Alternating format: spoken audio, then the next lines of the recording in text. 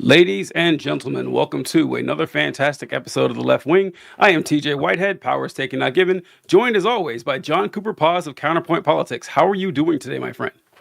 Doing great. It is always great to hear John Cooper Paz. It is something I'm very new to. I still have to catch myself sometimes, but it's exciting. I like it.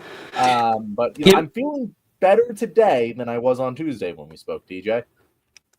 yeah, I'd be lying if I said I wasn't feeling better. That's true. Oh no, am I frozen? You do appear to be frozen, but I can hear you. So Damn. just keep talking. Boy. This is bad. It's gonna be bad. Bad omen. Bad omen. Oh, so you're gonna have to go down to the Social Security Administration and get your name changed, right? Have you started that process? So I'm not going to legally change it yet, just because mostly because we're lazy. But I don't want to deal with changing passports and all this shit. So our plan is to legally change when we have kids.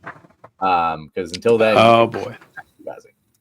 Wow, John going halfway. Wow, I never figured John to put stuff off until the last minute until the kids come involved. Okay, all right. What, DJ? Come on, me? No. Nah, that's kind of surprising, kind of shocking. But yeah, I am feeling a bit better.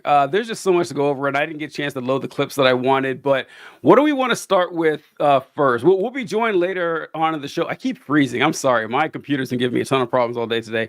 We're going to be joined for the second half of the show, at least most of the second half, by by Lamont Tyson. And we got a comment here from Heather saying John's not a legal feminist. Like he's not committed to the bit. He's not actually going. He's one of those performative men pretending that they care about the cause and everything like that.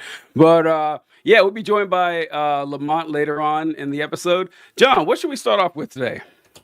I think we got to start out with the Epstein files. Let's go. More specifically, I want to start this conversation off because we talked a lot about the Democrats and their caving on the government shutdown on Tuesday's episode, and we're going to get back to that. I think when Lamont comes on, because we vented a lot, and I'd like to hear someone else vent as well. But it's been incredible to watch. It's like when you're watching a shitty Thursday night football game, and you're just like, it seems like both teams are trying to lose. I mean, that is what we're in right now. In politics, because the Democrats just clusterfucked it all up. They voted to negotiate over a government shutdown, shut down the government for 40 days, and then caved. Just lost all their leverage, lost all of their arguments, lost all of their talking points. It was awful. However, they're somehow being rewarded for that by the fact that now we can open up the Epstein files. We have the votes to make them public, and Donald Trump is panicking.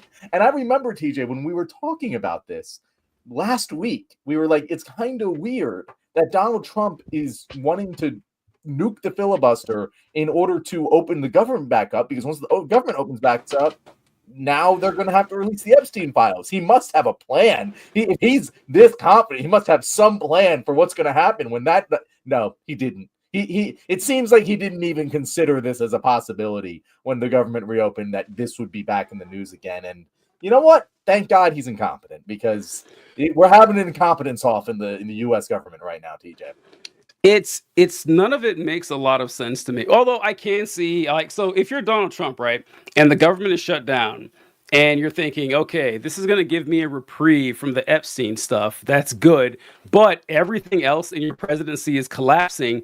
It ceases to be good. Like, you can't keep the government shut down for 3.5 years. And so I'm guessing maybe you thought, well, okay, we'll put a Band-Aid on this thing. And, I'm not convinced the Epstein thing is going to matter. Right? Yeah, it's the same thing. Oh, calm down, TJ. I think the same thing that will happen that always happens. There's a uproar, this furor for a couple of days. Trump looks guilty as fuck. The right-wing media finds a way to just jump through an ever increasing, like increasingly more ridiculous hoops to defend him. And then within a week or two, everything's back to normal. I kind of think that's what's going to, I know every time it happens, everyone thinks this is the one, this is it. And this one feels more like the one than anything else. But I don't know. I don't think that it's going to matter all that much. Yeah, I mean, so here's the thing, and I've said this many times. If we are actually in a situation where it's not going to matter, we know how Trump reacts to things that aren't going to matter. He goes on offense. He tax everyone in sight, and that is his playbook. That is not the playbook we're seeing. I'm seeing Trump at his most cowardly that I have ever seen him. By the way, TJ, we have Goofy Wise in my audience on TikTok. Yo. He's telling me that I'm having audio struggles. So I'm Oh boy. trying here, and we're gonna get that figured out. But wait, are you really like this is no different than anything else? Because to me, if it was, then Trump would be acting as if it was no different than anything else. He is not doing that. Well, what does he do the other times? Like when the letter came out, he lost his mind. He went crazy. He threatened to sue everyone. He said it was a Democrat hoax. Whenever the Democrats first threatened to start releasing the files, he called it a Democrat hoax. He threatened to sue everyone, threatened to sue Rupert Murdoch. I don't know what he's doing differently than he's done every other time. To me, it seems like he does the exact same thing every time. He turns into a nuclear bomb. He sends Caroline Leavitt out there to say this is all a distraction from the Democrats. He did it with honestly, I think it's the same playbook he has with every crisis, regardless of size. He panics about all the stuff that makes him look bad. It's released, and it doesn't matter within 30 days. Like to me, it seems to be the same pattern as always. Yeah, I mean, but the thing is, he's gone silent. He's not been posting. Did you see the clips of him like today with press just not answering any questions, walking away from them? Like that is just not standard Trump behavior. Like I have to imagine. Well, let's get into the stuff that has come out, because what I will agree with you on is that I don't feel like the stuff that has come out like today and yesterday is very damaging at all. Like they seem to be reacting like it is a big deal, but I feel like it's basically, if your mind wasn't changed with all the other shit, I don't know what was in these emails that have been released that would. I mean, what do you think? Yeah, I think that it's a Rorschach test. This is just confirmation bias and everything. If you already assume that Donald Trump was definitely involved, like we do, that Trump was absolutely involved with Epstein, most likely with illegal shit, you're going to read into that. When Epstein says stuff that, or Trump is the dog who hasn't barked, and Trump spent several hours with, what was her name, Virginia Guthrie, I think her name was, and, all that stuff, you're going to say, oh yeah, that makes sense. That's what Trump do. But if you're a Trump supporter, you will find some way to justify that. Everything we saw was no worse than stuff that we've seen before. So yeah, we do have to wonder, how much would it take for you to think, okay, this guy is actually guilty? I don't think that standard of evidence exists. I've been on record many times saying that they could have concrete proof that Trump absolutely did this. They'll say it was fake. They won't believe. Trump supporters will say it's fake. They won't believe it. So yeah, I agree with you that to me, it seems ridiculous. I mean, Trump was hanging out with Jeffrey Epstein on Thanksgiving Day while he was president. I thought we all agreed this was a bad guy, right? Like we all agreed that we knew he was a bad guy long before this. And according to Trump supporters, he kicked him out of Mar-a-Lago because he was a pedophile. But he still hung out with him a few years later on Thanksgiving Day. Yeah, I know. I don't understand it. Yeah, so it should, right? Like you would think that in a sane world, it should matter that the president of the United States is having Thanksgiving dinner with a convicted pedophile. You would think that would matter. And the attack line I'm seeing from Republicans seems to be, A, Democrats are using this as a distraction to take eyes away from their government shutdown fiasco, which that is true. That is 100% happening. But that doesn't mean that it doesn't matter. Like to be very clear, I keep hearing this, the Democrats are doing this part of their agenda. They are. 100% agree with you, Republicans. This is very good for the Democrats, and they are pouncing on it. But that doesn't mean it's wrong. Like when Joe Biden went out there on the debate stage and absolutely looked like a senile old man, and the Republicans bounced on it, yeah, that was an intentional part of their agenda. They were also right? Like two things can be true at the same time.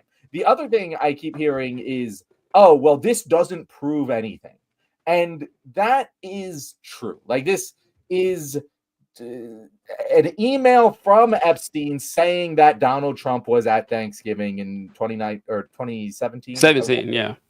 And sure, that is possible that he's lying, whatever. But we What? know that in 2019, when Donald Trump was asked about his relationship with Jeffrey Epstein, his answer was that I don't talk to him. I haven't talked to him in 15 years. That is clearly not true. Unless, like, Epstein is utterly insane and the people talking to him are utterly insane. Like, everyone seems to be in the know that he is talking to and hanging out with Donald Trump less than 15 years ago. So clearly, Donald Trump is fucking lying about that. And he's lying for a goddamn reason. And we all know Donald Trump lies. In fact, I believe most Republicans don't even really care that much that Donald Trump lies. So it's not going to be that big a deal. But when it comes to this thing, come on, guys. Like, you can't just say, oh, this isn't evidence enough that he is in some sort of contact with a convicted pedophile when he is the most powerful man in the world and has a responsibility to prosecute him, to go after him. All of this contact and evidence that he has, he knows, and he did nothing about it. That alone, it should be damning enough for you to no longer support this man as a president. That alone. Even if you're going to say it's not enough to say that he participated in any illegal activity, that's fine. I can agree with that. I don't have bulletproof evidence for that. But we have pretty goddamn bulletproof evidence that he knew Jeffrey Epstein was illegally trafficking girls, and he did nothing about it.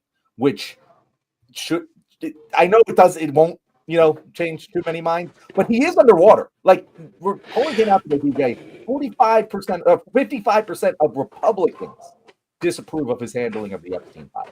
And that doesn't mean that 45% of Republicans think that he is complicit, but they are pissed about this. Like, this is something that moves. But what does move the needle even mean in this scenario, though? So yeah, they'll be mad about. It's just, I don't know. It's like watching. It's like Groundhog Day. Yeah, they'll be mad. They'll be upset. They'll throw a fit.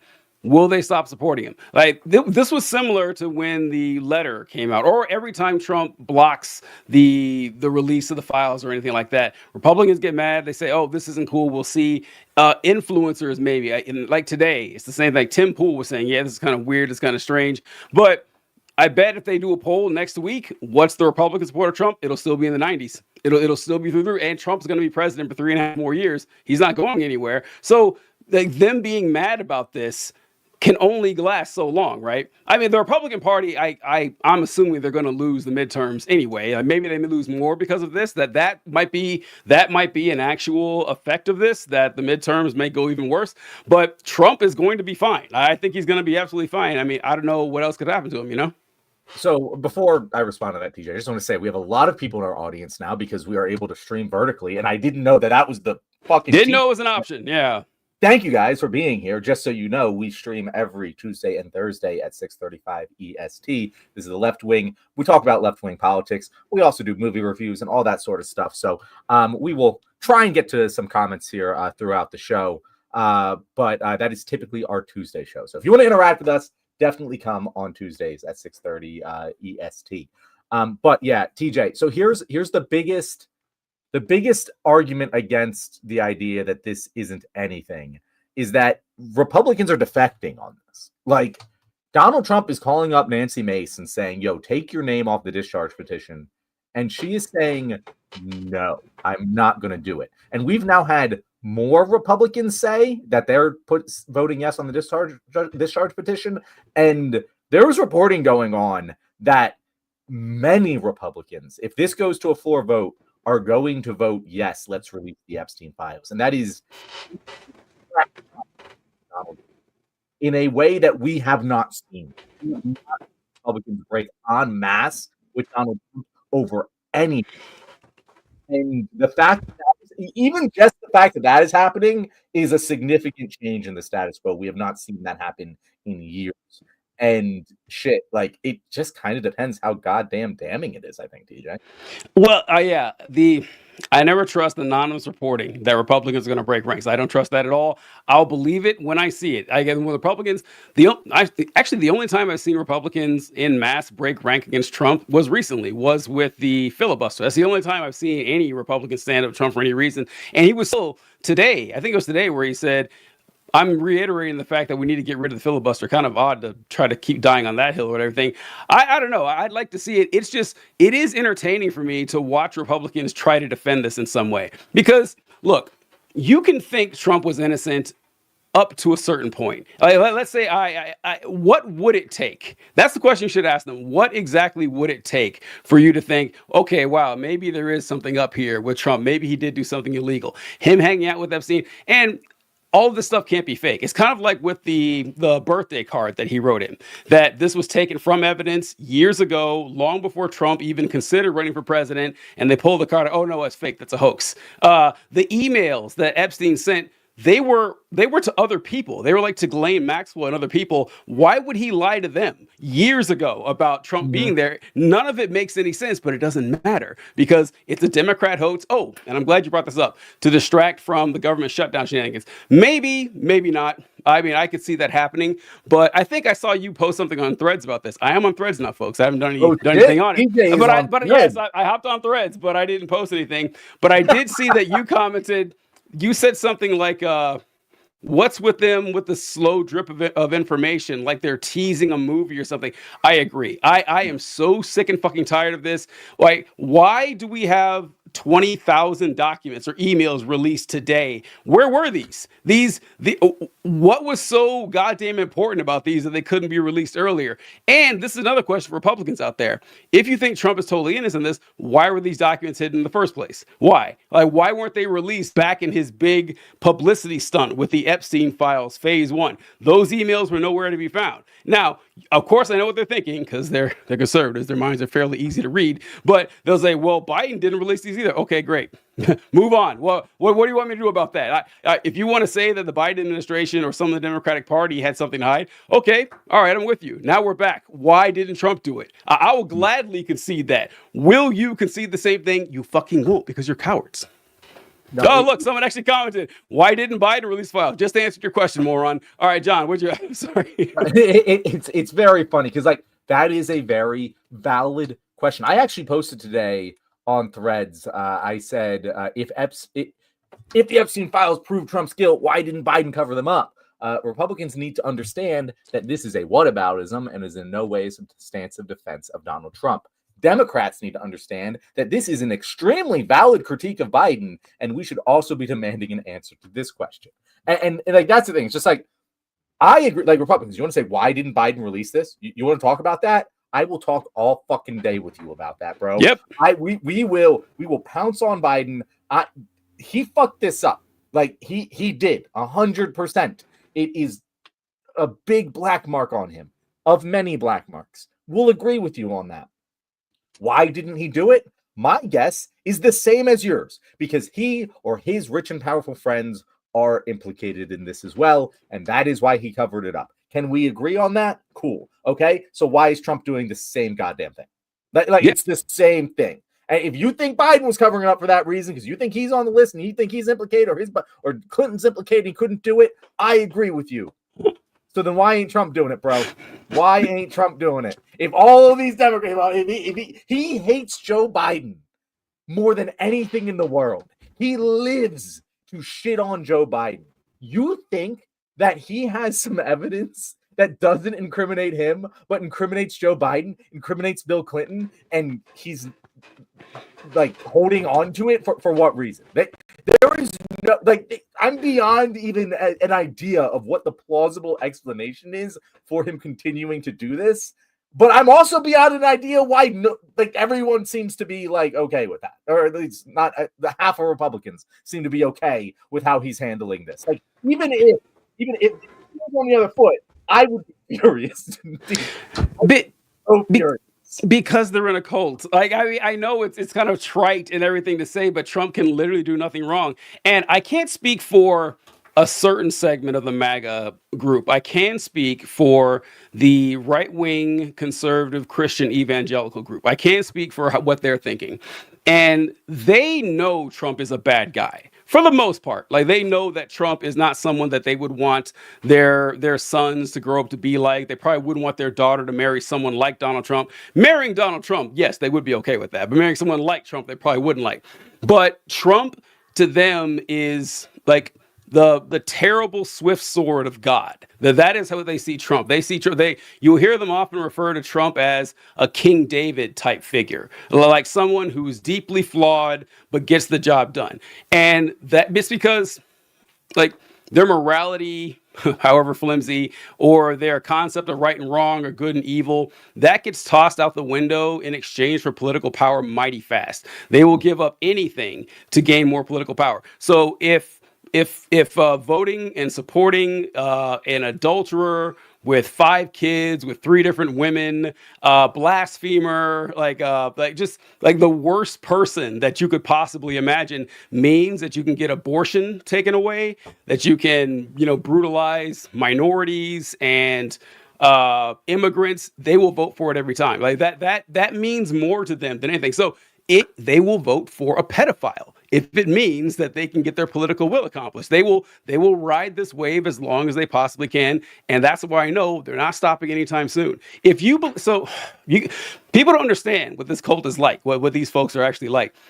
If you actually believe that demons were real, like not as like a metaphorical representation of human malice or some sort of like malevolent nature inside of human beings. No, as in Satan is a real person with a mind, a will, and goals, and he's coming for your children. You would do anything to stop that. And if you believe Donald Trump is going to stop Satan and protect your kids from going to hell and stop the people in your nation from going on a path of destruction to hell, you don't care. Yeah, he could be a pedophile. He could be an adulterer, a murderer. It's not going to matter. You're going to back him, which is why I know they'll do it in the future. And like, you're right. And honestly, TJ, I have a modicum of respect for that position. In a way, I do. Politically, it's great. It's because, I don't respect anyone who is willing to support a pedophile in order to gain political power. Like, I to be very clear, that's a reprehensible moral position to take. However, I respect its consistency.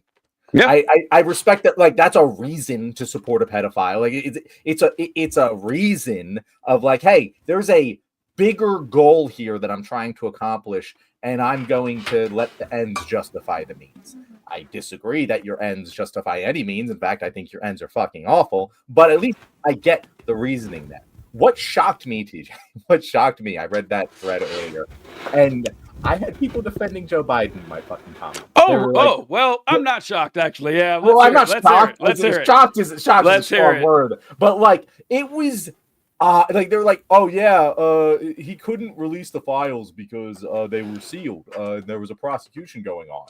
And it's like, bro, like, you can't be fucking serious. Pathetic. Also, everything I said about Donald Trump applies to Joe Biden. He can't release them because they're under judicial seal. First of all, he could leak them. Let's not be fucking naive. Second of all, even if he was trying to be Mr. Goody Two Shoes and not do anything illegal, the least he could have fucking done. He's in possession of troves of information about powerful, rich, and influential people who very possibly participated in a massive child sex trafficking ring. And he did nothing about it. For 4 years. Not a single prosecution, not a single arrest, nothing. All there was Ghislaine Maxwell. She was the only one who's ever been held accountable for any of this.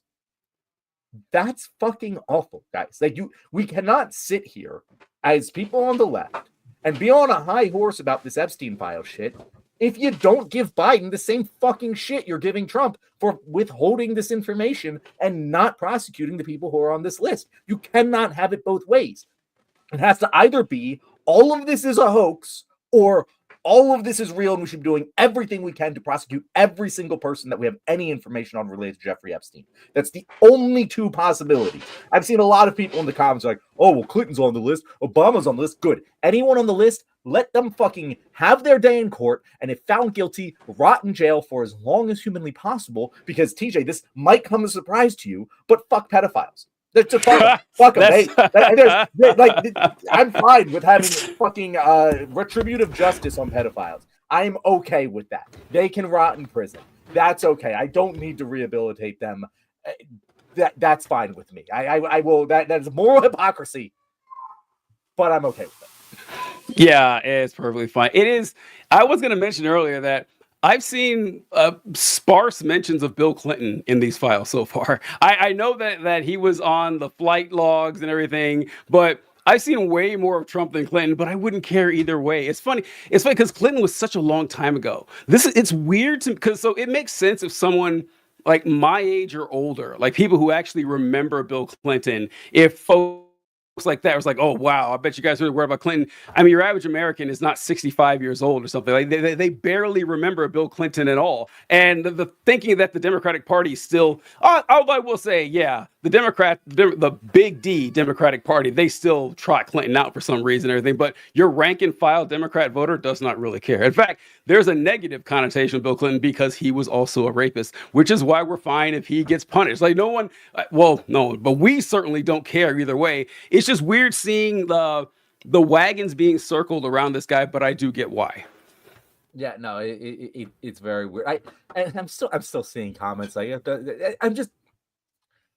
I don't know, TJ, how real people aren't extremely like I get the fucking crazy people online that are just fucking super online. They need to go touch grass. I get that. I don't know how like average Joe looks at this and is reflexively defensive of Donald Trump. Like I really struggle to picture detached from politics person not caring about this. And I think TJ, like I really do think the reason the floor hasn't fallen out from underneath them is because there has been no smoking gun, and so everyone is just defaulting to the status quo, business as usual. But like it really like TJ, like at this point I'm like either there's a smoking gun or there isn't. And I know you say if there's a smoking gun it won't matter. Damn, I cannot abide by the fact that I live in that reality. If it turns out that I do, I'll deal with it. But until then, I must live with the hope that a smoking gun that Donald Trump participated in the sex trafficking of children or having sex with them himself, that would crush me if that didn't matter. Prepare to be crushed, John. Actually, don't prepare to be crushed because I don't know if there is a smoking gun or anything like that. But you know it won't matter because he's already an adjudicated rapist. It didn't matter a fucking bit. Not one. Not one time. Hey, everyone knows this. Everyone that voted for Donald Trump knows that he was on a civil trial for rape, found guilty or, found liable because it's different because it's not a criminal, okay? Doesn't matter. They will find any way to defend him. He was indicted dozens of times, right? And these are federal indictments, by the way. The federal government, you can check me on this, guys, has something like a 96% success rate on their indictments. They're in Trump administration. They had something like a 90%. Yeah, that was like probably like they are going to take a hit on that. Yeah. Is that they get their ducks in a row before they set indictments. They don't know what the indictments are. Like what they hear that he was indictment, all fake news. He was indicted, all fake news. They don't read them. They don't look over them. Doesn't matter. Donald Trump is on video multiple times saying how he would love to fuck his daughter, right? Saying how hot his daughter is, how, we have so much in common. One of them is sex. And there was a 10-year-old girl that he said, maybe I'll be dating her in 8 years or something. He mentioned when his daughter Tiffany was born, she was an infant. He said, yeah, I'm thinking she's going to have big boobs like her mom. None of this stuff matters. So if it comes out that it's smoking, that is what half a step above what they know he was best friends with Epstein. There are more pictures of Trump with Epstein than you have with anyone you know. They hung out all the time. We have records, we have emails, How many people do you write birthday cards for? And you're like, how close does someone have to be before you give them a birthday card? How many people do you hang out with on I Thanksgiving? can probably count on my hands, TJ. Yeah, like the number of people that you have the same bond that Trump clearly had with Epstein in the single digits. None of it fucking matters at all. So if word came out, we had actual evidence that Trump was committing crimes with Epstein, they would ignore that too. I don't see any reason to believe otherwise. I know it's a dark world, but that's the truth. So, Jonathan Fanky 7739 here said you grab women by the private. So many reasons to dislike Trump. And honestly, I can't tell you.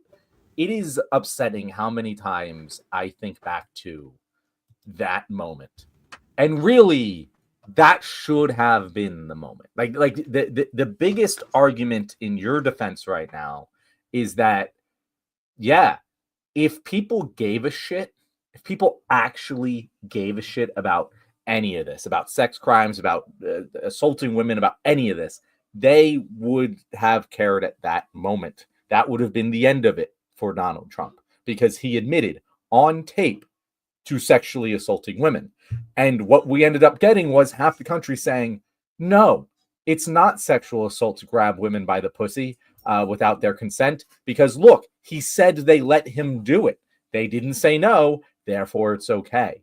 And yeah, if you can justify that, you can justify a hell of a lot. Here's my question. The people in the audience right now, I really want to know. I really want to know this. The Trump supporters in the audience right now. Hypothetically, let's say we got smoke and gun evidence. I don't know what it is. It's a fucking video. It's it's whatever. It is whatever the evidence would be. That would be like, yep, no, Trump definitely did that. That he either helped Epstein traffic children or participated in the sex himself. Would that make you stop supporting him? Would that make you support the impeachment of Donald Trump? Answer honestly. You know 100% that evidence, it is true. He did it. Would you impeach him? I really want to know. I really want to know. I would argue that at least 40% of Republicans would not impeach. And I'm being pretty gosh darn charitable to Republicans. Yeah. All right. Do you mean 40% of Republican voters or 40% of Republicans in the Senate? Like what voters? 40% of Republican voters would say he should be impeached if that were to happen. That is my guess. But you know, I think I'm 40 charitable. 40 is being incredibly generous, John. I mean, 20 at most, at absolute most. Because they're not going to believe it. Like you might as well ask them, well, what would you do if down was up? If objects started falling up instead of falling down, like it wouldn't matter. It's a nonsense question. They're not going to accept, assuming that they believe in gravity. I know Republicans have a difficult time with stuff like physics and the shape of the Earth and everything. So I just don't think that they will accept the premise of the question. It's not something that to them Trump is not. Everything Trump does is good, and good people are not pedophiles. Therefore, Trump's not a pedophile. That's just a circular syllogism. That's how they think. Yeah. And I'm seeing some people say I vote to impeach. So proud of you. Like if you know what, I will say, TJ, if anyone who doesn't believe it right now, if the evidence comes out and they change their mind about it and they say this guy should be impeached, I welcome you. I welcome you with open arms. We don't have to agree about anything else politically. You don't have to agree with me on universal health care. You don't have to agree with me on food stamps. You don't have to agree with me on diddly shit. As long as you agree with me on shitting on the diddlers. Like that's it. Like if we can agree on that, I can retain my sanity and belief that America can survive. I don't welcome them with open arms, because I think that the only people who would say that would be Democrat plants. I think that would just be like people pretending that they were Republicans all along just to try to, shit on people, score political points. I fuck with TJ, but this comment. Y'all have zero proof. Until then, Trump 2028, Democrats are the child groomers. Bro, like, come on. Democrats are the ones trying to release the information on the people we know are child groomers. Like, let's be like, you can say Trump isn't in there. That's fine. Because I don't know that for a fact. But the fact of the matter is, we know that the Democrats are the ones trying to release the information on the child groomers and the pedophiles, and the Republicans are the ones hiding that information away. That's just the facts of the matter, bro. You cannot argue otherwise. I mean, you can. You can just fucking lie out your ass. I'm sure you like that, but like, it doesn't mean it's fucking true. It also, this is something that I guess is only tangentially related here, but after Charlie Kirk assumed room temperature, we got a lot of people saying that the reason that Charlie Kirk got shot was because the rhetoric from the left wing, that people were calling Charlie Kirk a fascist and a Nazi and saying all this horrible stuff about him. And, you know, that speech is bad. All of a sudden, that speech, you can't do that. That hate speech, which they don't believe in, is suddenly an issue.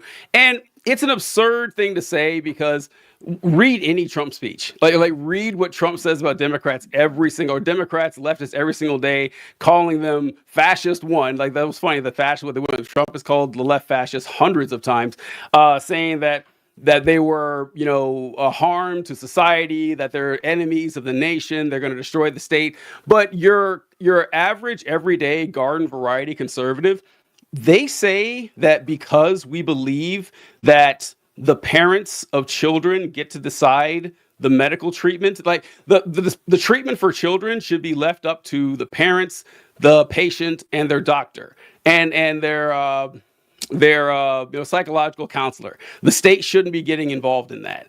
And because we're like, oh yeah, and also trans people of any age should be treated with love, kindness, and respect instead of suspicion, ridicule, and contempt. You're a pedophile. That's it. Like, that's their answer right there. So calling like millions of people pedophiles, that's not dangerous hate speech. Like the most hated group of people in America are pedophiles, right? Everyone agrees that pedophiles are bad news.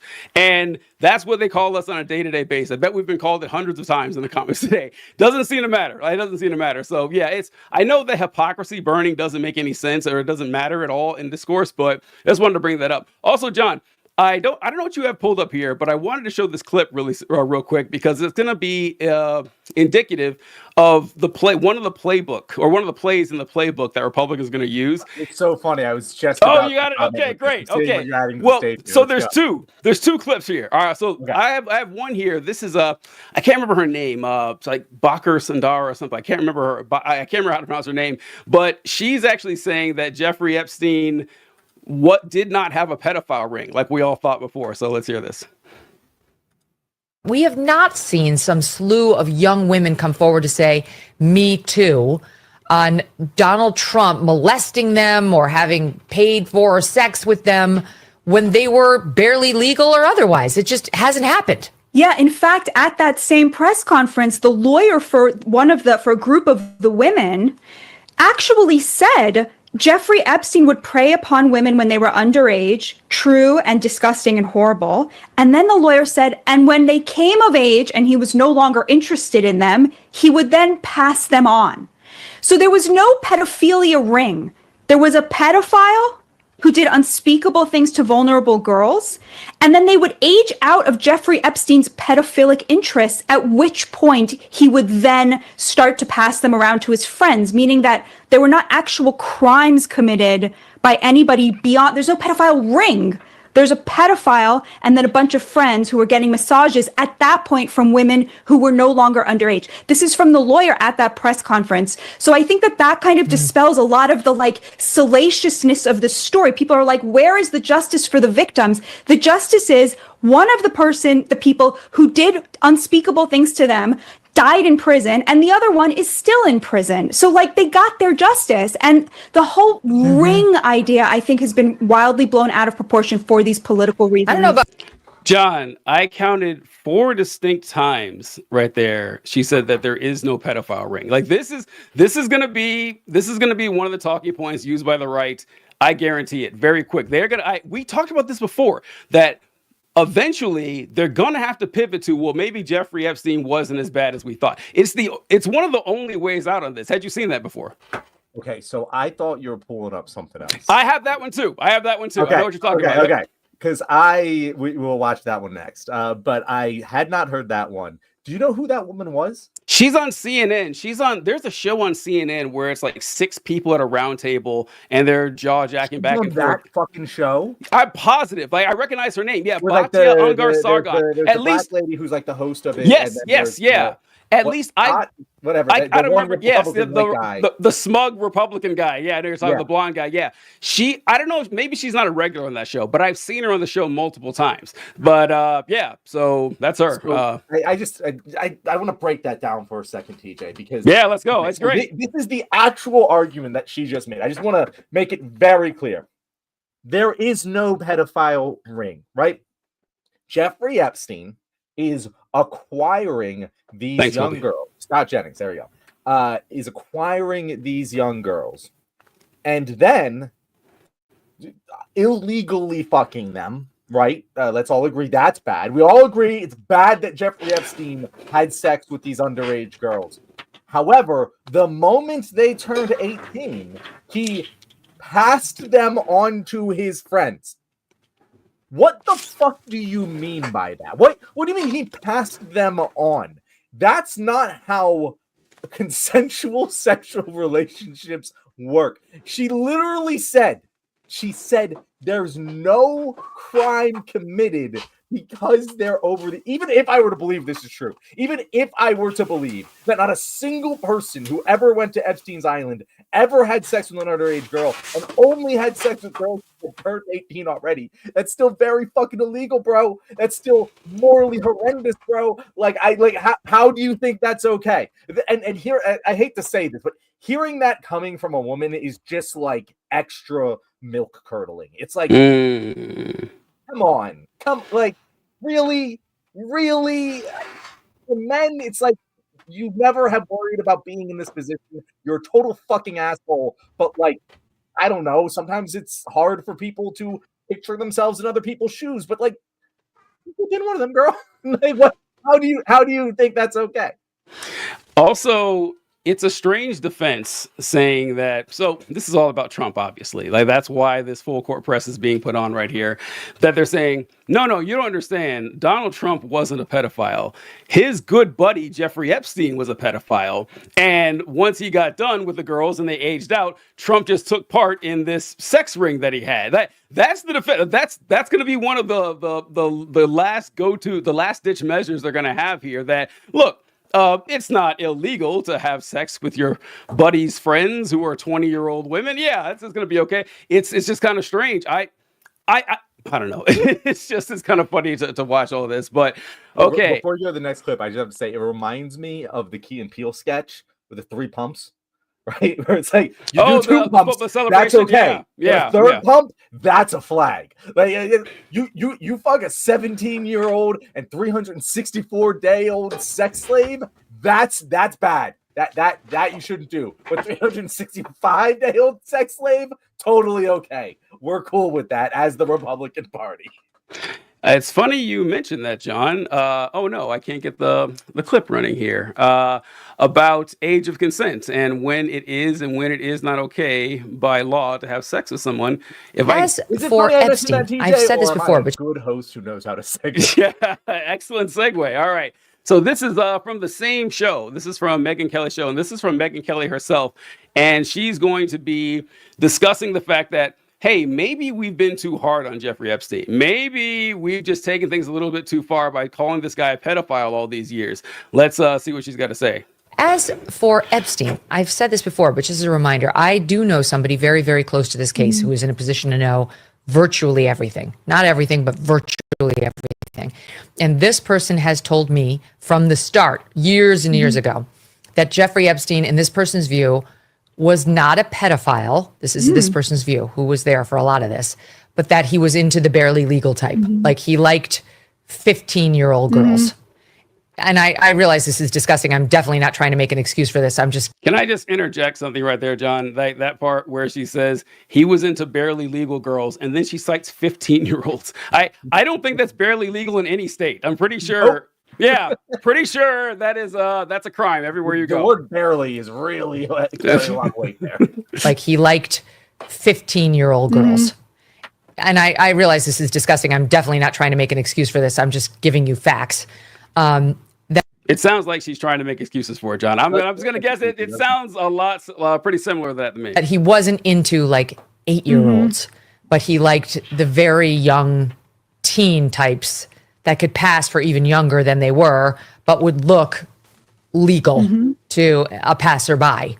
And that is what I believed, and that was what I reliably was told for many years. And it wasn't until we heard from Pam Bondi that they had tens of thousands of videos of alleged, forgive me, they used to call it kiddie porn, now they call it child sexual abuse material, on his computer, that for the first time I thought, oh no, he was an actual pedophile. I mean, only a pedophile gets off on young children abuse videos. She's never clarified it. I don't know whether it's true. I have to be honest. I don't really trust Pam Bondi's word on the Epstein matters anymore. Yeah, so I don't know what's true about him, but we have yet to see anybody come forward and say, I was I was under 10. I was under 14 when I first came within his purview. Look, you can say that's a distinction without a difference. No, it's not. I think there is a difference. Yeah. There's a difference between a 15-year-old and a 5-year-old. You know, it's just whatever. All right, John, you said you'd seen that one already. So what was your immediate reaction upon seeing that? This is the pedophile's last refuge today. And again, it doesn't take long to refute this argument, but here we go. Yes, Megan, you are correct. If you're going to put a gun to my head and ask me what I think is morally more reprehensible, sex with a 5-year-old or a 15-year-old, well, you got me, Meg. I'm going to say 5 years old. But here's the thing.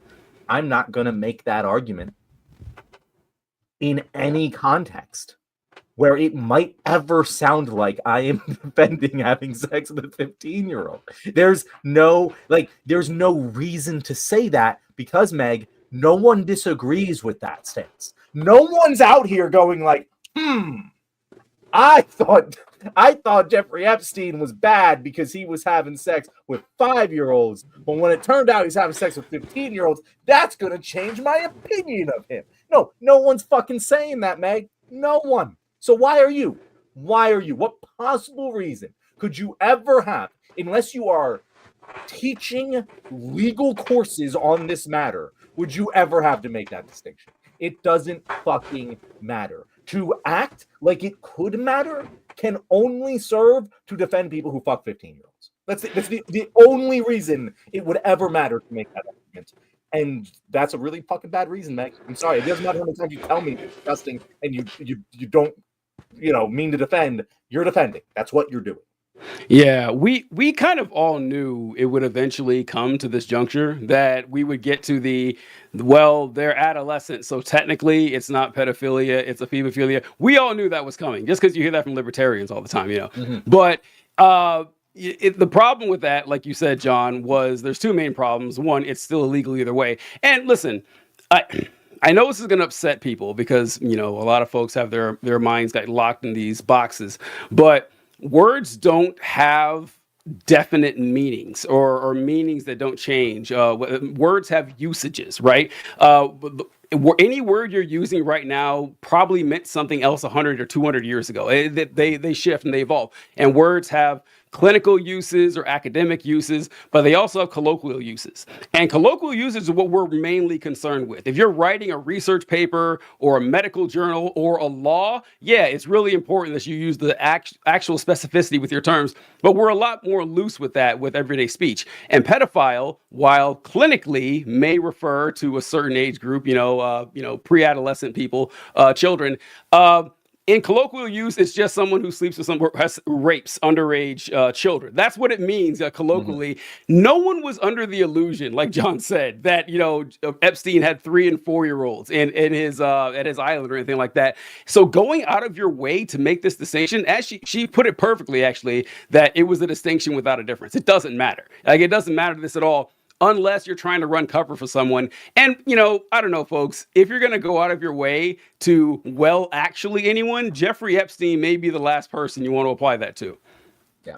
100% agree, TJ. There was one last thing I want to cover before we put the Epstein stuff to bed for this episode.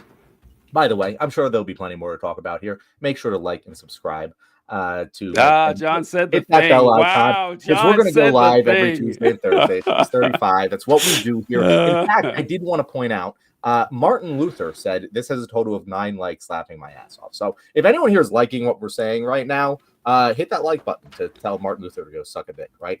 Anyway. So hey, look, Martin Luther, hell of a job with the 95 Theses, man. I gotta say, it is kind of a bummer that someone like, well, actually, it's not a bummer. Martin Luther has some pretty horrible thoughts, but he was completely right about the Catholic Church. Martin Luther, if you read Martin Luther's critiques of the Catholic Church from the early 1500s, he fucking crushed it. It's hard to actually refute anything that he actually said. I saw something about the donation of Constantine and how this scholar figured out that the donation of Constantine was a forgery. Music to Martin Luther's ears. He said, aha, I knew the papal states were a forgery and the Pope didn't know what he was talking about.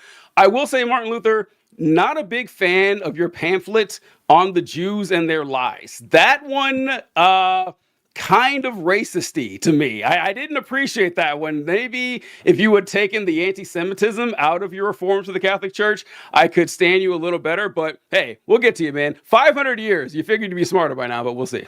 I think it's very funny. For like the 30 seconds you went in on Martin Luther, like deep lore history, we lost 100.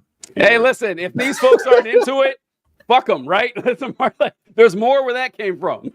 Shout out to Jonathan Fanke here. Jesus was a socialist and a progressive. That is true, Jonathan. Very, very much true. Before we put the Epstein stuff to bed, I wanted to put up my favorite document that came out here about Trump. In this,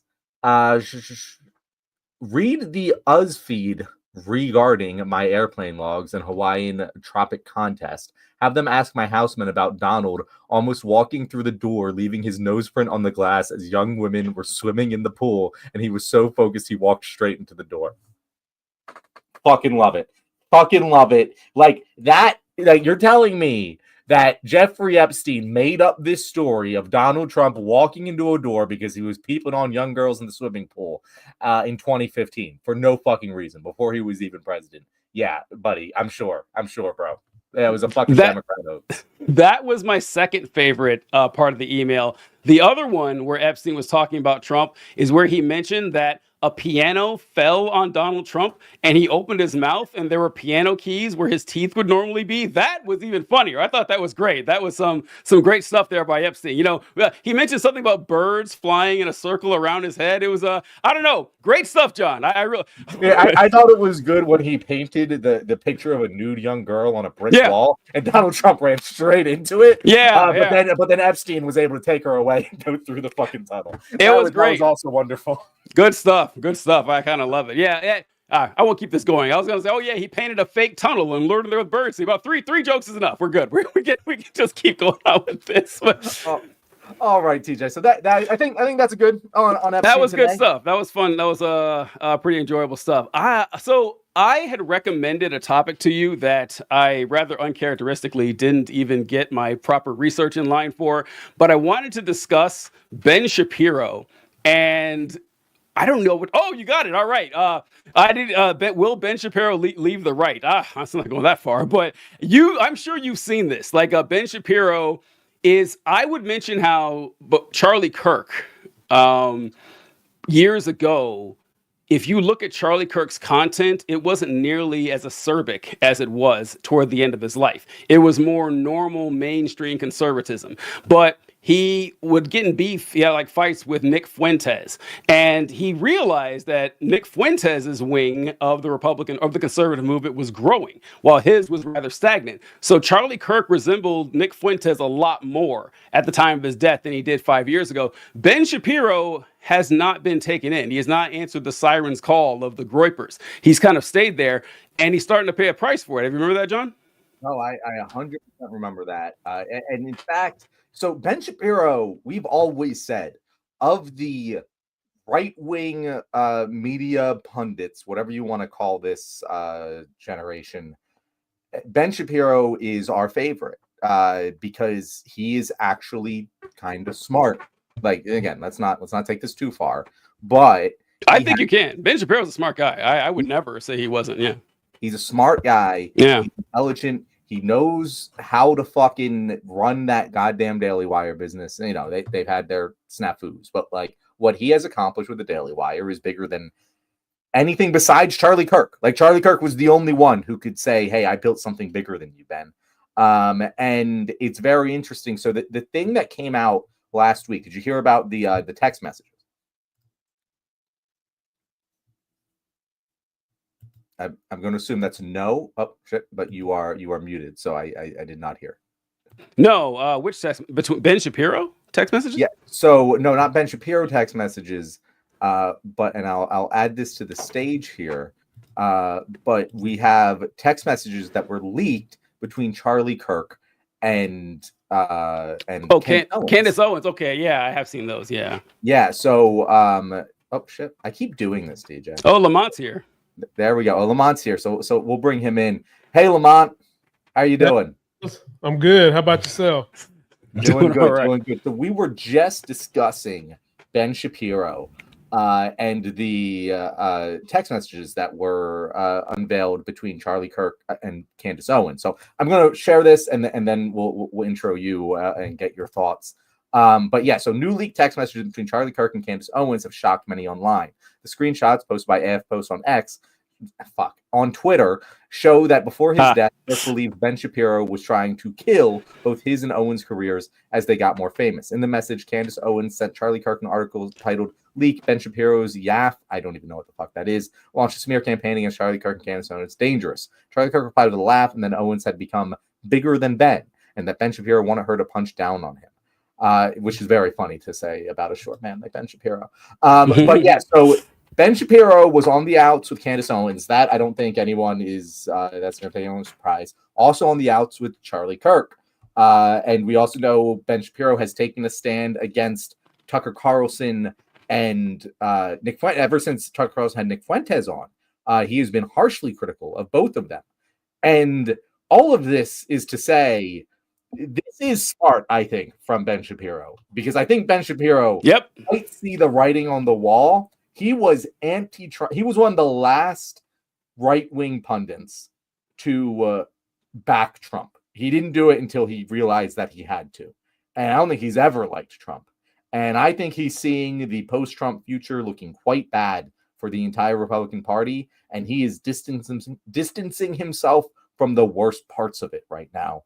And it's causing him flack. I think he's going to lose some impressions, some eyeballs in the meantime. But I do think that he's positioned himself not to leave the right. That's a little bit of a clickbaity headline here. But he's leaving the right as it currently stands. Now, Lamont, for people who don't know who you are, how about you give a little intro of yourself and then tell us what you think of Ben Shapiro. What's going on, everybody? I'm very honored to be here with such great patriots, a black patriot and a white patriot. Where else would I want to be on a day like today when emails come out about everybody? Should we start to chant "lock them up"? But I'm Lamont Tyson. I have a pretty big YouTube channel, one for politics, one for movie and TV reviews. I met TJ. I thought that he was spot on in everything he says and how he breaks down how religion is corrupting politics. And they decided to keep me around. So I'm here. And I think Ben Shapiro is doing the same exact thing Marjorie Taylor Greene is doing. They see the writing on the wall. All of them know what's really in them Epstein files. And the people who know that they're not associated with it are seeing what's coming down the pipe, and they're lining themselves up to step in place and take leadership to act as though they're not as crazy as the far right wing when we know better. But they see the opportunity to pick up on the grift that has been set in place by Trump and the administration, and they want to curry favor with people who claim to be in the middle that are not this far right, so that they can step up and still be the harsh dumbasses that we're used to from the Trump administration, but set aside that they're not in the Epstein files. That's what I think we're seeing going on with Republicans and MAGA. Yeah, I can't I can't disagree with anything like that. I think that Ben Shapiro has always kind of hedged his bets on Trump, like John was saying. Ben Shapiro's always been suspicious of him. If you want to find any right wing critiques of Trump that are usually spot on, Ben Shapiro will have them. Now, of course, he will slob Trump's knob like every other right winger. He will, go to bat for it. But Lamont, excellent point about Marjorie Taylor Greene. Excellent point about that, because during the shutdown, Marjorie Taylor Greene was one of the lone Republicans who said, yeah, this is wrong. The Republicans need to reverse course on this, calling out Trump by name, even to the point where Donald Trump, I saw him say, I don't know what Marjorie's doing. I don't know what kind of brand she's trying to make for herself. And it kind of mystified me at first because I couldn't figure out what was going on.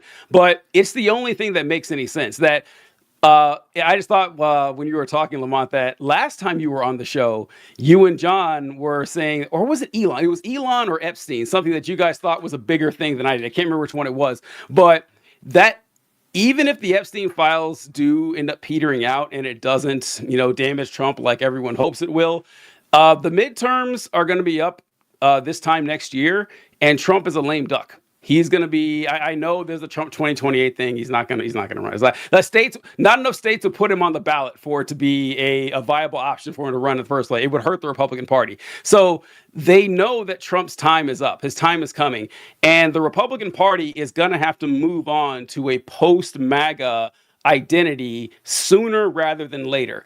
And there was a Republican in the Senate, I think, who was saying, I wish I wrote down who he was, where he said that he was going to definitely vote to release as much as he could about the Epstein files, regardless of what the White House says. And he said that I think a lot of Republicans need to keep in mind that this vote to block the Epstein files is going to be that's going to be in a record forever, a lot longer than Trump is going to be president. So, people are going to start flooding that way. And it's a lot easier for commentators to do it than people who are actually in office who have to get votes. What do you think, John? Yeah, no. And I think you're right about that. I do want to harp in on one little thing you said there. Mm-hmm. Which was Trump was like, I don't know what brand she's trying to go for. And I think that's exactly it. Like, Republicans are trying to figure out what their brand is going to be post-Trump dominated world. Because no matter what you think of the Epstein files, of whether Trump's going to be a lame duck come the midterms, whatever you think about that, right? Even if you have the highest hopes for the Republican Party, Trump's going to be gone in a couple years. Only the most crazy zealots think that Donald Trump is going to somehow successfully run and win the presidency and retain the presidency and have it actually stay in office in 2028. And so everyone's thinking right now, hey, what happens when this guy is no longer in power? And even then, buddy, look at him talking. Look at what he looks like.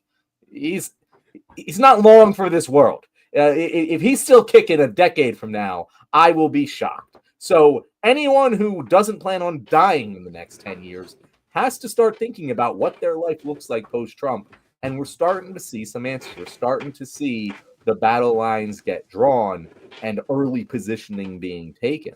And Marjorie Taylor Greene, I thought she was a dumbass, DJ. I thought she was a dumbass that just hit the right grift and got there at the right time. I no longer think that. I think she actually has fucking some political chops. I think she understands, you said, the branding. She's branded. She understood I am branded as a anti-establishment rebel rouser. I can't be anti-establishment and also suck the establishment's dick. So I need to be the anti-establishment MAGA person. And I think she's positioning herself better than most of Republican Congress is right now. I have to say, I'm very impressed with her gamesmanship here. And I think Shapiro, I always expected good gamesmanship from. She's the one that I'm surprised by. What do you think, Lamont? I told TJ a long time ago, we was debating about Marjorie Taylor Greene. I told him she might not be the sharpest tool in attack, but she knows how to curry favor with her celebrity. So she enjoys getting into back and forth with rising Democrats such as Ro Khanna, the famous one with Jasmine Crockett. And she knows that the more she gets into it with them, she becomes one of those people where any publicity turns into good publicity. And now that Trump has gone so far to a place where she comes on TV and says that she needs the ACA for her own kids, she just positioned herself in a place of almost understanding for the middle class. And then she's been coming out. We know she's an anti-Semite, but she's been coming out saying, why are we giving money to Israel when they get health care, they get free college? Just basically putting herself to be the wedge for when this administration peters out. And let's say the Epstein files don't do anything to them. TJ mentioned a couple of senators that are Republicans. One of them is my state senator, Tom Tillis, who is not going to be running. He's leaving office. And while he's leaving, he's been doing a lot of stuff against the MAGA administration. And I think they're trying to run him out. But Marjorie Taylor Greene, she's smart. And I think she's going to try to run for presidency in the next election. Yeah, I will agree. Marjorie Taylor Greene was smarter than I gave her credit for. I still remember the first time I ever saw anything about Marjorie Taylor Greene. It was years ago. She did a commercial where I think she was shooting some sort of gun to blow up a car or something like that. Yep. It looked like a cartoon. And I said, oh man, no one's going to take this person seriously. Boy, was I wrong. They absolutely did. But we started this talking about Ben Shapiro. Now, I am not quite as convinced that Shapiro is going to be. I would, if I had to bet on someone's future, I would actually bet on Marjorie Taylor Greene's more than Shapiro's as far as being at the same level. And it's not because I think Marjorie Taylor Greene is smarter than Ben Shapiro. I would never say I think Ben Shapiro is infinitely smarter than she is and more politically talented. But Ben Shapiro is limited by something that will always put a ceiling on how far you go in the political game or the political commentary game, and that is having actual principles. And Ben Shapiro does. I mean, say what you want about the guy. I don't doubt for a second that when he says he thinks that this should be a Christian or a Judeo-Christian nation. Sorry, that he actually believes it. That he wears the yarmulke. I don't think he does that to virtue signal like that, but so he does have beliefs that are clashing with the growing movements on the right, like the more fascist-y movement and everything, and it's a more populist movement. I first saw it. Did you guys ever see the interview he did with Tucker Carlson where they were talking about driverless vehicles, about autonomous vehicles, and Ben Shapiro was saying he thinks this is a great thing, and Tucker Carlson says no, driverless vehicles are bad because that's going to take away the jobs from 30% of the men of the nation. You guys remember that? I remember it. I vaguely remember, but I don't remember the details. Yeah, and listen, I mean, Tucker Carlson's wrong about almost everything, but yeah, he's right that if under our current system, we're going to get better and better technology. We're going to have fewer and fewer jobs. AI, where machines are going to start taking over jobs, and fewer people are going to be able to work. And under a capitalist system, well, it's not like we can just magically have millions of jobs appear to fill these folks' positions. They're going to die. And Carlson was saying, we don't need to worship at the altar of capitalism. Yeah, we can change if the society changes. But here's another thing he said. John, I think you shared this, so I'll have to get your opinion on this. Hold on, did you? Okay, pull it up. Here we go. If you're a young person and you can't afford to live here, then maybe you should not live here. I mean, that is a real thing. Yeah, I know that we've now grown up in a society that says that you deserve to live where you grew up. But the reality is that the history of America is almost literally the opposite of that. The history of America is you go to a place where there is opportunity. And if the opportunities are limited here and they're not changing, then you really should try to think about other places where you have better opportunities. Now, we could make the very easy joke that it's right on brand for Ben Shapiro to say that just because you were born somewhere, because you're native to a place, that doesn't mean you have a right to live there. Maybe you should think about something else. That's very easy. I'm not going to go down that road. But I just want to start with the fact that this is right in line with conservative principles, right? Like if we're talking about your standard garden variety conservative thought, if there is a problem with, I think he says it in this interview, that if there's a problem with your environment, you could be mad at the environment or you could change your environment. That's what conservatives preach. That's not going to fly very well for young people whose lives are fucked, and they know it. When Ben Shapiro says, no, we're not going to do anything to help, that I think that he's going to find himself with a smaller and smaller port. He'll still be popular on the right wing, but he's never going to reach the status that he had a few years ago. What do you think, John? It's a very interesting argument he's making because on one hand, he sounds like an asshole. like it's really hard to say, yo, bro, if you can't afford to live in America, just move to another country. To be fair, he was talking about New York City. He was talking about cities, and that cities are too. He was talking about New York in specific, that it's too expensive to live in these cities. So hey, just move. Has anyone moved lately? I want to add that I just moved from Indiana to Missouri at thousands of dollars. Okay, just to move, and everything like that. So young people don't have the money to just move whenever they feel like it. But sorry, go ahead, John. Yes. Okay. So I thought he was talking about the country. So no. So this is one of those topics where I kind of lean more what we would say right, where there is certainly a natural and efficient moving of people based on economic needs. And we have to be able to tell where that line is. But yeah, at a certain point, hey, if you can't afford to live in New York City, go live somewhere else. Like, I don't know, Philadelphia.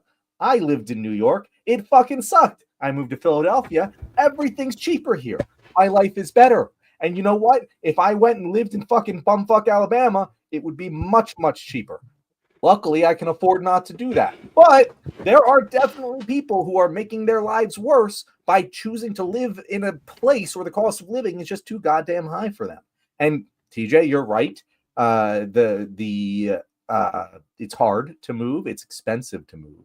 And this is a little bit more of a complicated topic when you're talking about like grown adults with families living in a location for most of their lives and then being forced to leave that they don't have the money for whatever it is. That is where you get into problems. But I will actually say with Ben Shapiro here, I thought he was talking about leaving the country. If you're talking about like, hey, yeah, no, like young person, maybe don't live in New York City. I support that 100%. There's a lot of viable places to live in this country that you can get almost everything you can get in New York City, or at least you can get everything you can get as a poor person in New York City.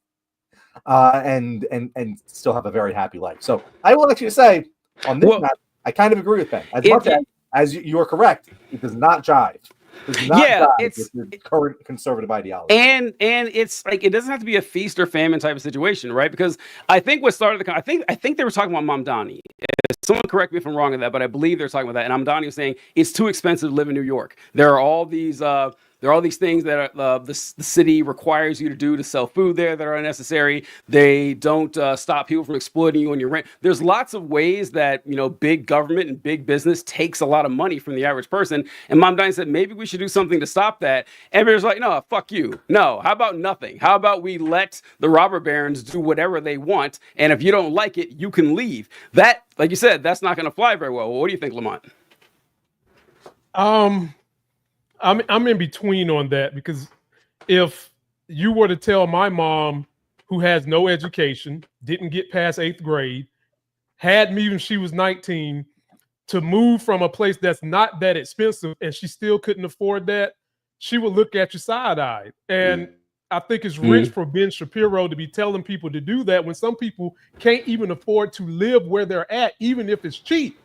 What he should be talking about is the constructs of capitalism that have gone off the rails that create why things are expensive. And why is it that minimum wage hasn't gone up since I was in high school and I'm 45 now, but inflation and cost of living keep skyrocketing to the advantage of the people that are creating this whole mess, which is the rich, the powerful, the folks that run governments that are running amok. And they don't want Mamdani there when they claim they don't like big government or government intervening. And he's talking about getting rid of some of it, and they don't want it. He's talking about what can we do to streamline what's in place, and they don't want it. And so, if I was sitting across from Ben Shapiro, I would say, what would you do about the people who can't even afford to live anywhere, no matter what the cost is? What would you tell them? They have no education. They have nothing to fall back on. Single mom who's working 2 jobs and is trying to make it and is trying to raise a kid. That person, unless somebody helps them, can't go anywhere. And TJ talked about how he just moved from Indiana to Missouri. TJ, I just moved from Elon, North Carolina to Burlington, which is 2 miles, and that shit down there cost me $3,000. Yeah, right. Okay? So no, Ben, no, I get what he's saying. If you are in position to do it, maybe you're a moderate income, or a little bit better than that. But the average person with the average salary in America making $50,000, they can't afford to do it. And shout out to my favorite Flurkin, that cat. I love that cat. That's my guy. Shout out to him. I love the bow he's rocking today. That's my man right there, the Flurkin. I love that. Yeah, I was on Lamont's show once, and Wolfie hopped on my lap, and Lamont says, "Hey, we got a Flurkin. We got a Flurkin on today's show." That was great. No, Lamont, I'm so glad that you said that about it. In the Army, I moved all the time. In the Army, if you guys in the military, you move every few years. Like if you're somewhere for more than 3 years, that's pretty lucky. But when in the Army, because it has a lot of social democratic policies in the United States military, they take care of the move for you. Like, okay, you're working for us. We told you to move. It only makes sense that we pay for the move. Now, other jobs, you may not have that luxury, or if you have no job at all, you're trying to find something better. I didn't want to mention how much it costs to move across from Indiana to Missouri, like just one state over, well, 2 states over. It was like 10 grand. I'm not joking. Like it was between the moving out of the moving trucks and the labor, and then paying for the first month of rent to the house we have now, which is, what was like $2,700 or something, and the security deposit, another $2,700. That's just getting in the door. And so, yeah, moving is insanely expensive. And Lamont, I'm so glad you mentioned that Ben Shapiro is speaking from a place of privilege, because I've always said this about Ben Shapiro, that I used to be conservative. I was conservative for up until like my mid or late 20s or something like that. But when my brain fully developed, but that Ben Shapiro, I can understand being a conservative, like conservatives that suffer from confirmation bias or selection bias, that they're survivorship bias. They're the ones who made it. They say, I worked my way up. I fought, I scribed, I saved, and I made it. Everyone I know was poor in my neighborhood, but I made it out. If I can do it, so can they. Now, that logic's pretty flawed. It doesn't make a lot of sense in a lot of ways, but I get why they think that. If I were Ben fucking Shapiro and I grew up wealthy and, I happen to be just even more wealthy, even if I believe that to be true, you would never hear me saying it. You would never. Who the fuck do I think I am, having born with a silver spoon in my mouth, saying, I don't get why you poor people don't just get off your asses and make something of yourselves. I don't understand. So, yeah, good point there, Lamont. What do you think, John? Yeah, no, it is embarrassing to be a born rich person. Yes. I completely agree with that. I get how people who made it think everyone can make it. Yeah. And they don't quite get that only so many people can make it. They don't quite get that part, but at least it makes sense. It is embarrassing.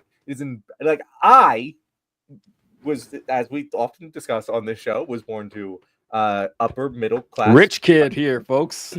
Right. But I'm embarrassed by that. I'm embarrassed by that. And my parents were not Ben Shapiro's parents. So I can't imagine being just fucking work harder, bro, when I was born with that much of an advantage. I just cannot fucking imagine it. I will say, I am, as I said earlier, gentrification, there is bad things about it. There's good things about it.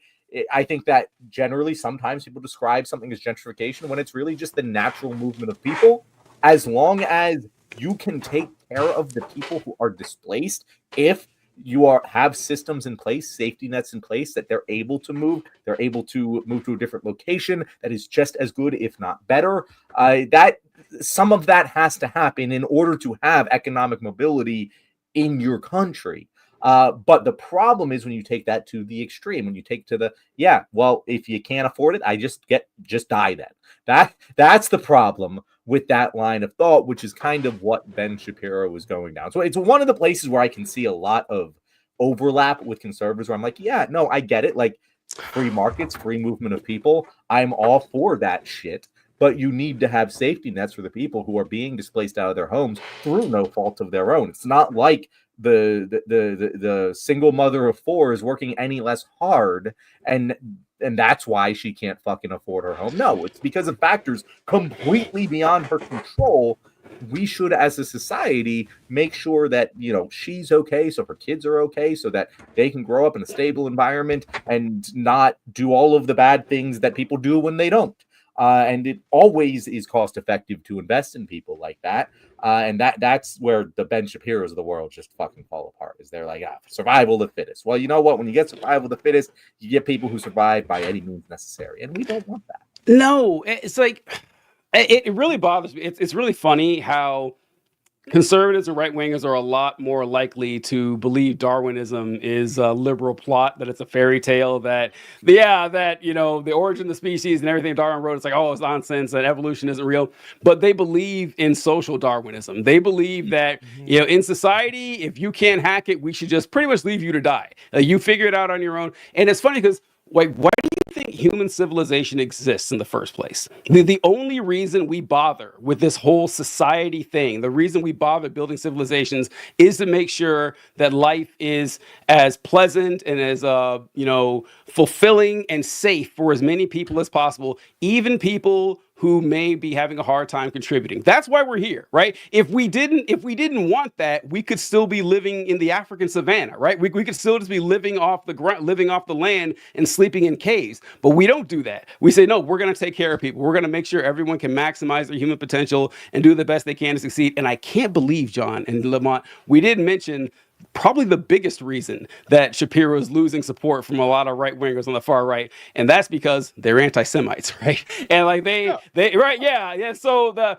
Ben Shapiro, you know, being Jewish is a strike against him for the far right, but you know, his ardent support for sending billions of dollars to Israel while saying, if you can't survive in the city you're born in the United States, fuck you. We need to send billions of dollars overseas. That's not going to fly very well either. So yeah, he's going to lose a bit of support, but we'll see what we can do there. Lamont, man, we only have a Lamont for like 15, 20 more minutes. It's sad. We held off on this the whole time. We wanted to get your take on the Democrats and the government shutdown. I know you've got some thoughts on this, and I haven't talked to him, so this is going to be my first exposure to Lamont's thoughts, but I got to hear it.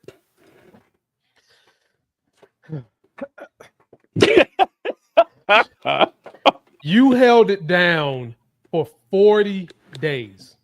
40 days. 40 days, you were able to say, we're not capitulating and bending the knee like this is a sad episode of Game of Thrones to Trump, because we do not want people's premiums on the ACA to skyrocket. You did that for this long, only to bend the knee, you hateful 8 Democrats, for what? So that Mike Johnson can call a vote in January when he, after this thing was signed, he comes out and says, I'm not calling the vote. I don't understand why these Democrats keep playing this game of nice politics. I'm sorry. How many times you got to get kicked in the ass before you realize the American people are trying to move themselves back to the left because the pendulum has swung so far to the right that the equilibrium is off. And those 8 Democrats that went and done that bull job make me sick. And states that were blue had emergency funds and was already starting to give SNAP benefits to their citizens. Most states were. The states that said we're not doing that were mostly red states. Who voted for Trump mostly? Folks in the red states. Fuck around and find out is what they was getting. And you Democrats let them off the hook. And I will never forgive them for this. Marjorie Taylor Greene talked about how her insurance is going to go up.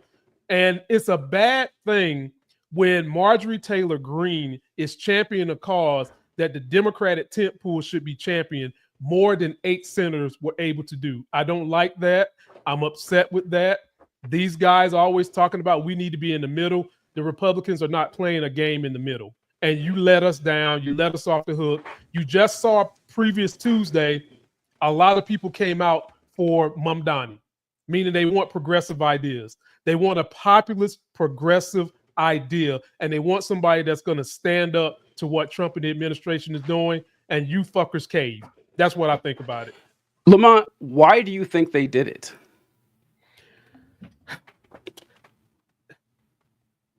Somebody promised them something. Like you hear them in interviews saying bull job like, oh, my veterans needed to get their benefits. Oh, these people needed to get their benefits. No, TJ, we know better than that. Some of them got some backdoor deals. Fetterman, he's been a thorn in the Democratic side probably a month since he got in office for Pennsylvania as their senator. He's been voting with the right so much. I don't understand what's going on. I don't know if it's that stroke he had. I don't know what's going on. Tim Kaine, I've never liked him since he ran with Hillary.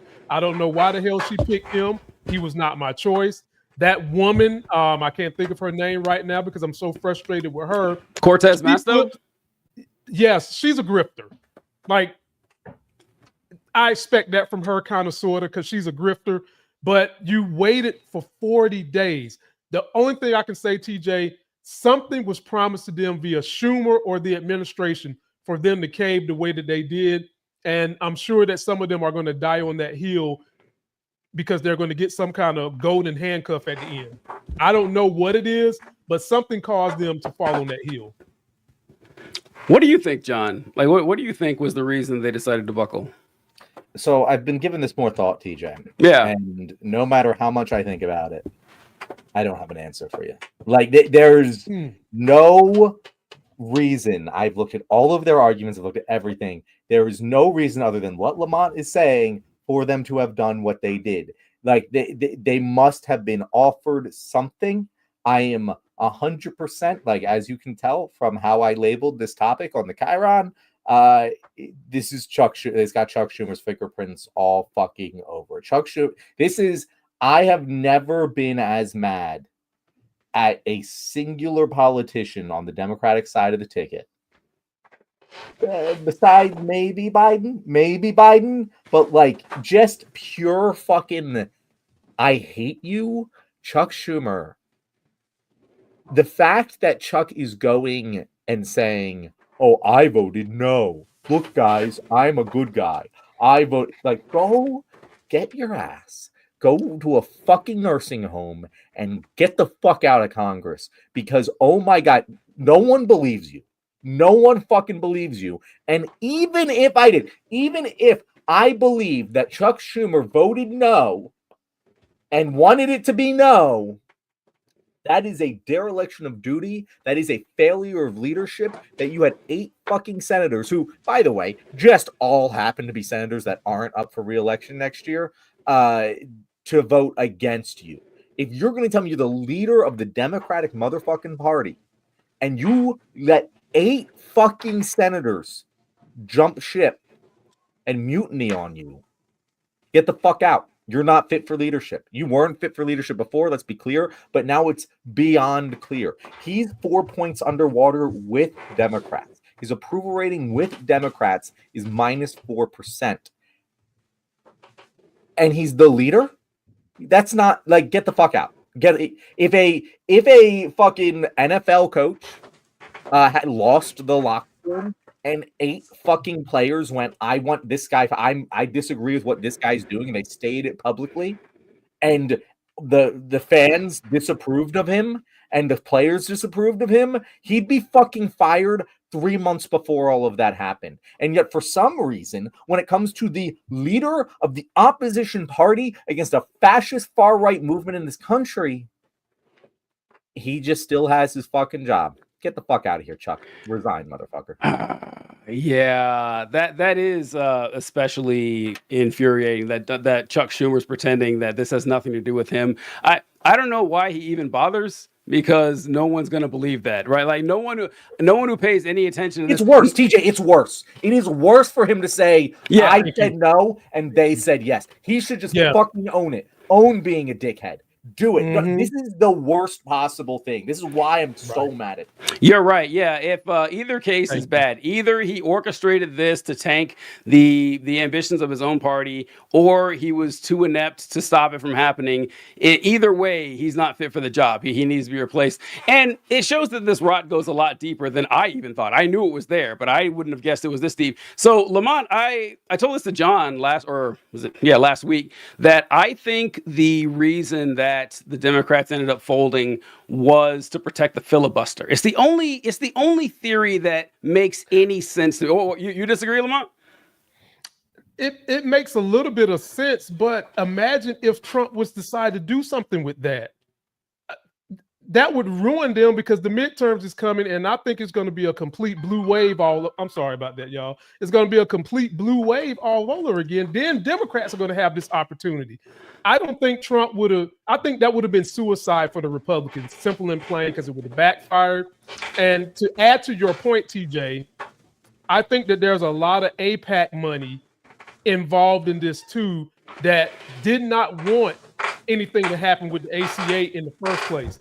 Some of that same AIPAC money that funds Republicans and Democrats, like Chuck Schumer, like Hakeem Jeffries, I also think they had something to do with this too, because some of them want these premiums to go up, and some of them do not want to see more progressive ideas hold the line. And I think some of that got involved in it too, TJ.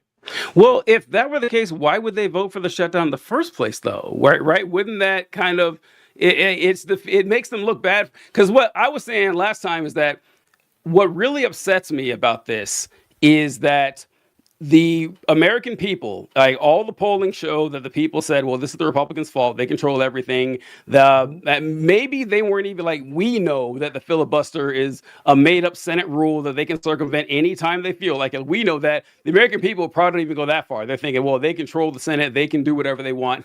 They incorrectly think that. Well, they do correctly think that.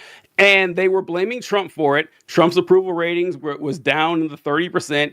He was calling for the end of the filibuster. The Republicans, I've never seen them, well, Trump specifically, I've never seen Trump in a weaker position. Like they had him exactly where they wanted him. And yeah, that's why I think the filibuster thing was why, because the only way that the government would be reopened, which is what Trump said he wanted multiple times, even going to the extent of saying he wanted the filibuster to be circumvented for this, was to do precisely that. And I don't think the Democrats want the filibuster circumvented. I think that they don't want that precedent, because let's say that Trump did say we're going to get rid of it or circumvent or whatever, and it becomes, acceptable for them to go around to do a carve out for filibuster for funding and everything like that. Yeah, the Republicans could pass their laws a lot quicker, which would probably backfire, and the Democrats would win next time by a bigger margin. But now they would be expected to listen to their progressive base and, I don't know, raise minimum wage. And I'm sorry, John, I'm going on with this, but when he mentioned John Fetterman, thanks, John, by the way, for giving us John Fetterman by Pennsylvania over there. But yeah, John Fetterman and the other ones, like, so this is what it stings so much, is that with Joe Manchin, I don't like Joe Manchin. I get it though. Like Joe Manchin is the only Democrat was the only Democrat in the entire state of West Virginia, right? He has to walk a pretty fine line. I got it. I understand that. Kirsten Sinema, not so much. I don't know why it was so important for her, but John Fetterman. I mean, if we're just going to blame the stroke, okay, that's cool. But yeah, the fact that 8 Democrats were in on this is like, yeah, I think it's just, it's Senate wide on the Democrat side that they want the filibuster more than they want the Republicans to circumvent it. What do you think, John? Since you bring up John Fetterman, did you hear about the news about John Fetterman? I heard he fell. I heard that he fell. He's in the hospital. And you know what? Like I'm seeing a lot of people making jokes about this. And I just have to say, John Fetterman is not going to see your jokes about him falling flat on his face and fucking up his head on the fucking sidewalk, trying to walk like a normal person. But you know who will see it? Your friends who have survived a stroke. And they're going to laugh along with you because it's funny to make fun of terrible people when bad things happen. John Fetterman can go fuck himself. I've said this on the show before. John Fetterman, I was so when I voted for John Fetterman, TJ, I was so happy. I literally thought to myself, I've never been more happy to cast a vote for a politician. Yeah, he kicked the shit out of Connor Lamb. He was the progressive candidate, and goddamn, I've never been more wrong about anything in my entire goddamn. I apologize, hand up, my bad. But I do say process over results. I wouldn't necessarily change. I would change anything if knowing what I do now, but I wouldn't change the process that led me to the conclusion. But yeah, I just totally got bit in the ass on that one. But yeah, no, it is what it is, TJ. It is what it is. We're the Democrats until we have a full clean house. We I swear to God, we've been saying the Democratic Tea Party needs to happen. This needs to be the moment where everyone realizes this shit ain't gonna fly anymore. We cannot move forward as a party like this. It is broken beyond repair. And I'm not one of the people who say, hey, we need to, like, I like what the Working Family Party is doing. Everyone who's watching right now, if you like feel the way we do, go follow, sign up, register for the Working Family Party, support that. What they do is that they put forward their own candidates and they support Democrats in elections their own candidates can't win, and do a wonderful fucking job. But I don't think a third party is going to come in here and fucking somehow beat both the Republicans and the Democrats. What we need is a hostile takeover of the Democratic Party from within, the same way the Tea Party took over the Republican Party. If those fucking Tea Party fucks could do it, we can do it too. And we're going against the most incompetent people on goddamn earth. So fuck, get Chuck Schumer out. Hakeem Jeffries, go fuck yourself too. You had a moment. You had a chance. You could have said, fuck them. Fuck Chuck Schumer. Fuck the Senate Democrats. They are wrong. How dare they? Chuck Schumer should step down. Hakeem, you had your one moment. You had your one shot for me to buy into you, and you fucking blew it. It's over for all of you. Get the fuck out of here. I love that, John. I love that. Yeah, Chuck Schumer, Hakeem Jeffries, they make my blood boil, man. And speaking of terrible leaders, nothing is free except for the salvation offered by Jesus Christ, and it cost him all. Yeah, don't think much of Jesus, but I gotta dispute your comment, Joker, saying nothing is free, because a full weekend of debauchery with your mom and sister cost me absolutely nothing. I gave it up real easy. It was a fantastic time. So you may want to check on that. There are plenty of free things in this world, and they're quite enjoyable. All right. Lamont. Shit. Anything having to do with you, Lamont? I didn't ask you for any topics to discuss. I know you got to leave us pretty soon, but any big topics you discuss before you need to bounce out here? No, I just want people to understand what John just got finished talking about with the Democrats and the tent pool that we serve. We have Zohran Mamdani, who came in with a progressive populist mandate, protocol, whatever you want to call it. And everybody was energized and engaged by what he's setting out to do. I don't understand. Well, I do understand why other Democrats didn't get behind him, because AIPAC doesn't want them to get behind Mamdani. But we need the Democrats to do those type of things for the working people. The working people are suffering. And now Trump is talking about circulating $2,000 checks. Well, what do you think that's going to do? That's going to cause inflation to go up. Once you burn through that money, you're going to be stuck with bills that are even higher, because the same rich people who got the money in the first place now get to say, since you put more money into the marketplace, we can raise the bill.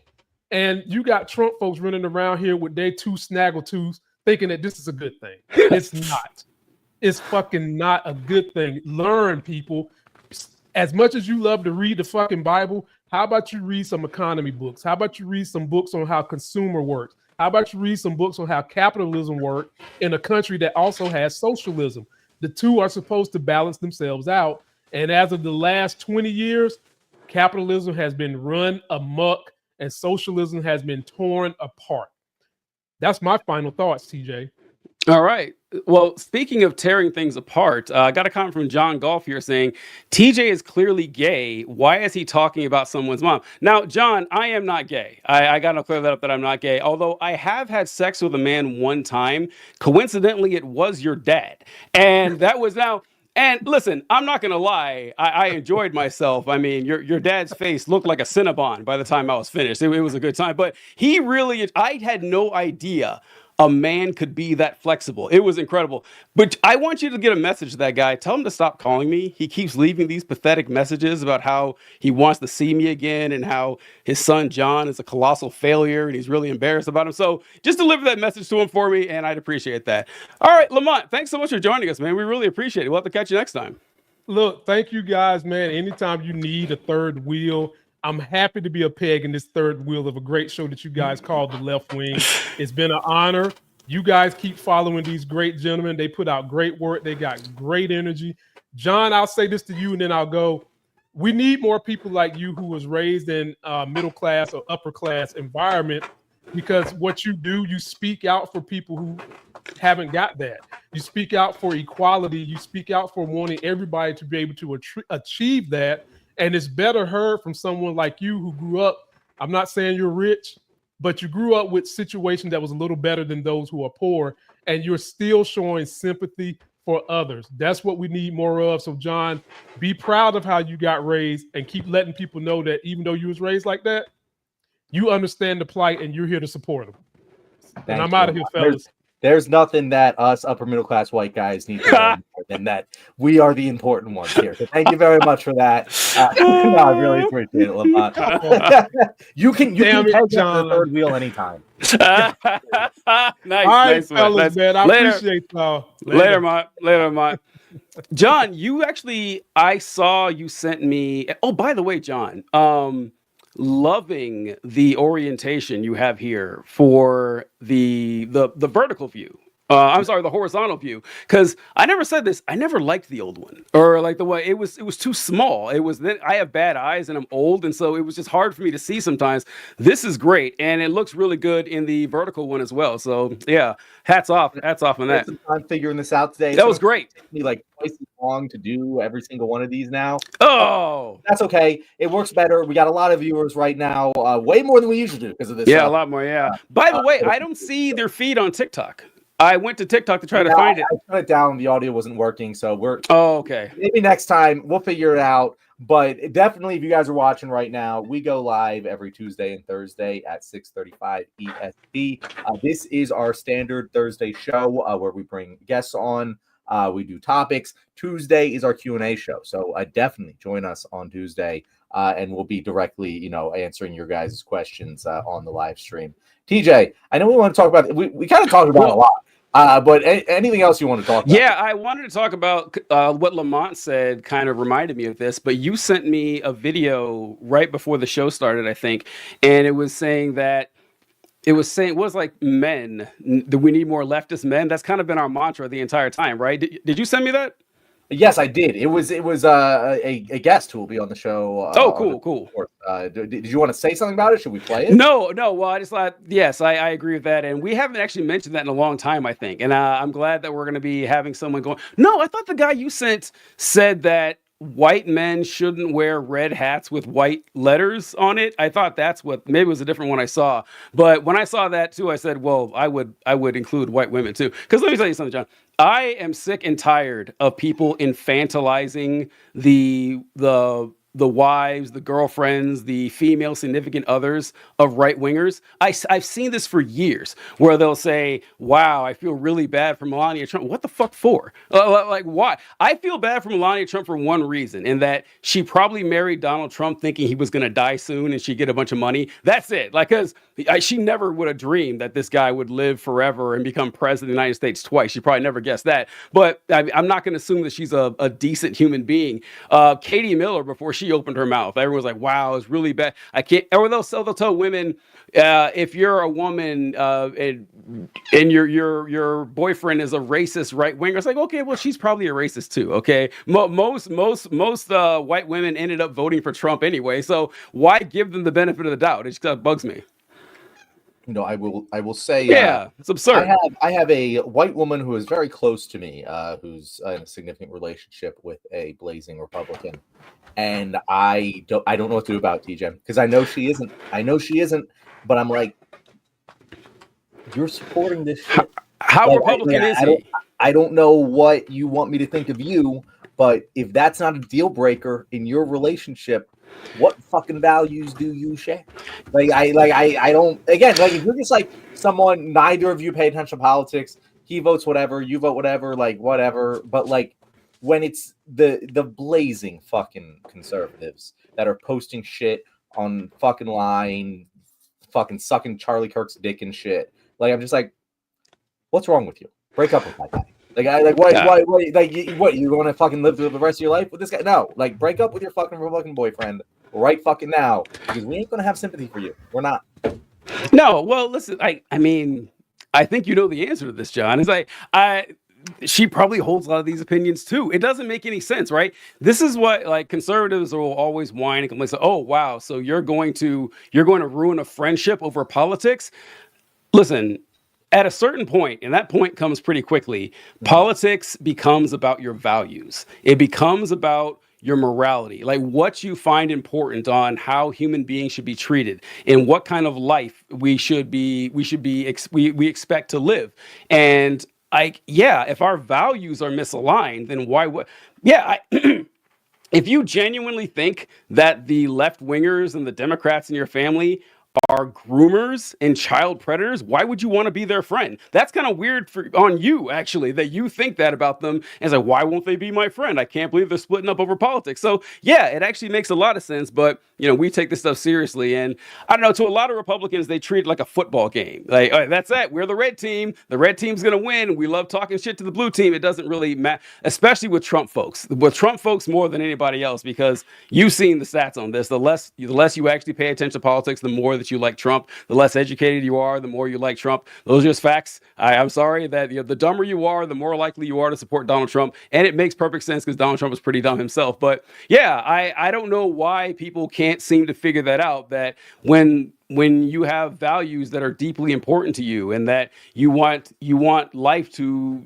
reflect those values, if someone doesn't share in that vision, yeah, maybe you're best off not hanging out with them. But that's all I got, John. It reminds me of something that I forget which one of them, but Trey Parker and Matt Stone said, because like they were asked about why politics is playing such a major role in South Park now. And South Park has always been political. They've always hit on topics, but this season of South Park is entirely political. It's all about fucking politics. And their answer was, well, South Park is a show about pop culture, and politics is pop culture now. Like, it is part of our cultural identity which one of these teams we're on. It's not just about some minor disagreements on what tax rates are. It's major personal investment in what's going on in the political world. And there's a lot of people who don't really give a shit, don't follow it or whatever, but like there's a lot of people that fucking do. There's a lot of people who treat politics like pop culture now. And if they're treating politics like pop culture and they're getting involved and they're getting invested and they're coming to the conclusion of, the red team, the team that is currently laying cover for the fucking giant pedophile ring, that's my team. The team that says things like just today, I think it was Sean Duffy, transportation secretary. Did you see what he said today? Oh, what did he say? No, I didn't see anything about that. He said, let me see if I can pull this up. Because here we go. Hold on. And like again, like what I'm about to show, it's one guy, but it is a fucking cabinet member, and it's something that you'll see time and time. It's something that fucking Charlie Kirk said. Whatever. Let's go.